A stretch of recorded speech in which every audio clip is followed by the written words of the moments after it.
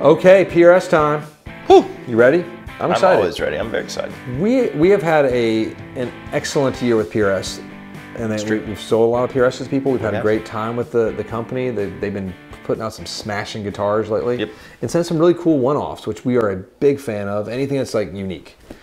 But like we want to talk about, sort of dig deep into the whole PRS line. Like, what's the right PRS for you if you're looking into it? Because it is confusing. There's a lot of them. They're paring down their offerings. Thank the Lords above.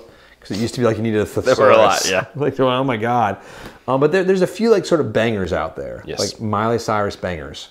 That really are the best bang for your bucks. They're versatile, and they can kind of get you all over the place. Some are really expensive, some are going to be really affordable. Let's start off with the most affordable, the SE Standard 24. You can't go wrong with that thing. Hard to beat them. It's under $600. It's amazing. It's a great guitar. It's built overseas, Yep. but their QC is really on point.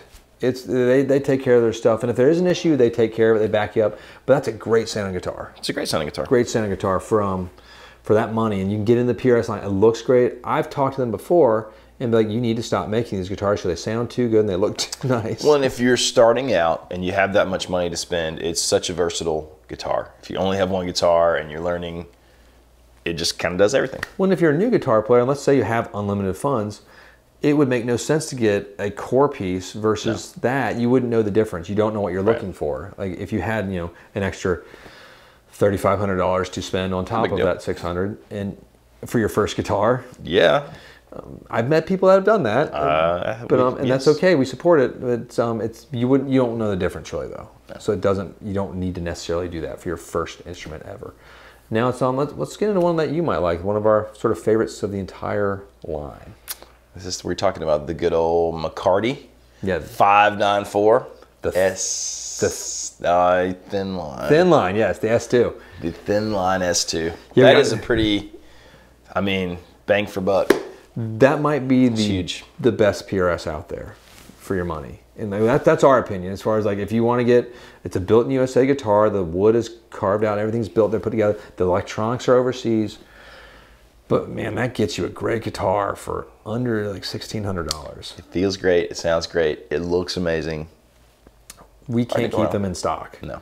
And we love the S2 line entirely. We love the Mccarty 594. We think it's wonderful.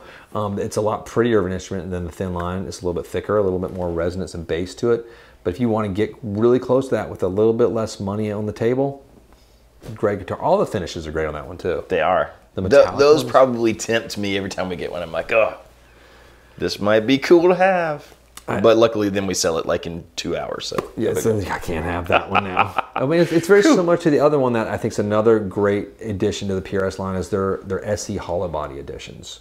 Very good. Because I think they're not super cheap, all of them. Some are in that sort of $1,000 range. Some get up higher to like the $1,500. You do the piezo, which you were tempted by as well. I get tempted by lots of things, but yes, I was.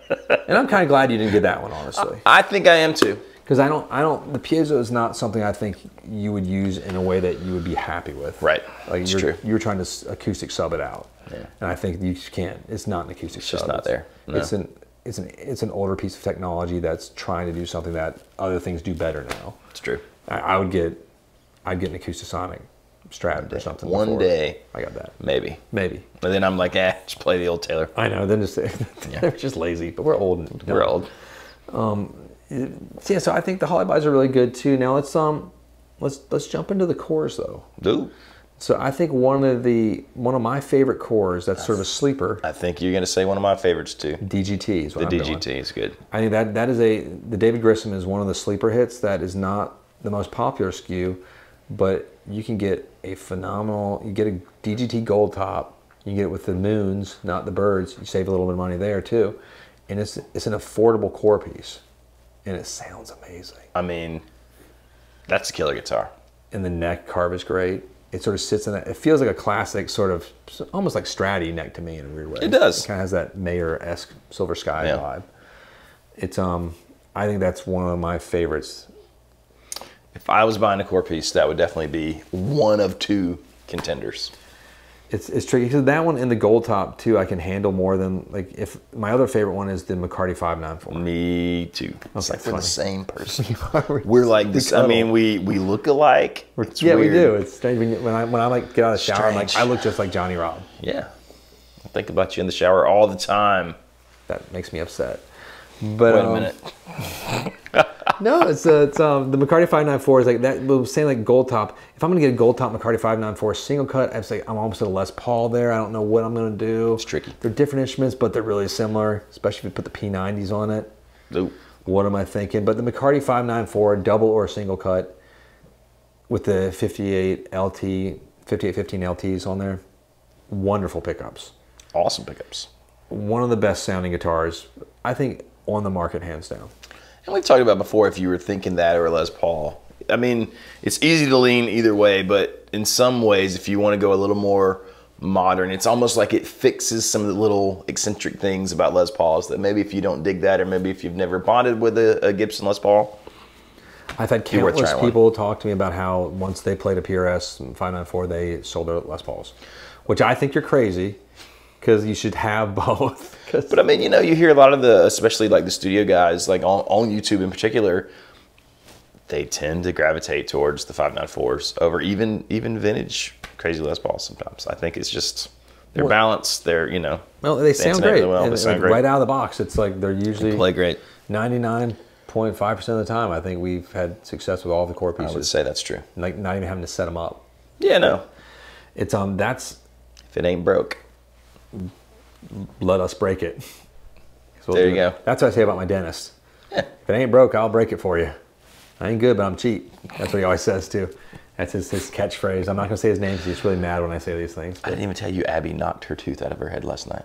This is breaking news. My child did a flip on the trampoline, hit herself in the mouth and the knee, and pushed her front tooth backwards. So on my way home from here, I got a call. There was screaming. There was blood. Is this a permanent tooth or? No, she's 5. Okay. And she didn't knock it all the way out. It like smushed back, and then we were like, "Oh my God, what do you do?" Called the emergency line to the pediatric dentist. What do we do? Yank it out? She's going. It moved. Crazy thing. It fixed It itself? moved back in place. So your daughter might be part lizard. I was kind of thinking more like Wolverine. Okay, that's pretty like cool. the She is X-Men. tough.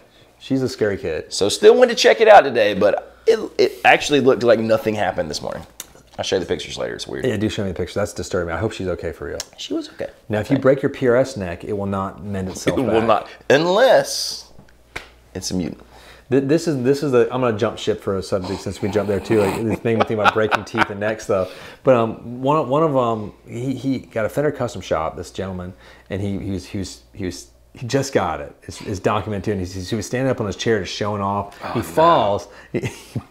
The neck hits the floor. It snaps in half. It was an Eric Clapton custom shop too, and he called it custom. They actually were so cool. They fixed his neck for him. Did they? Gave him another neck. So they're like, we know we just shipped it to you. You just got it, and you were Man, that's cool. That's nice. Like, it's neither to know that these manufacturers are not gonna be like, well, we're gonna charge you an extra yada yada yada. They just like because you were an idiot and you were standing in a chair with your new custom shop. This was years ago. Years ago. I don't know if they would do it now. They're so busy, but they probably would. Everyone at Fender's so nice.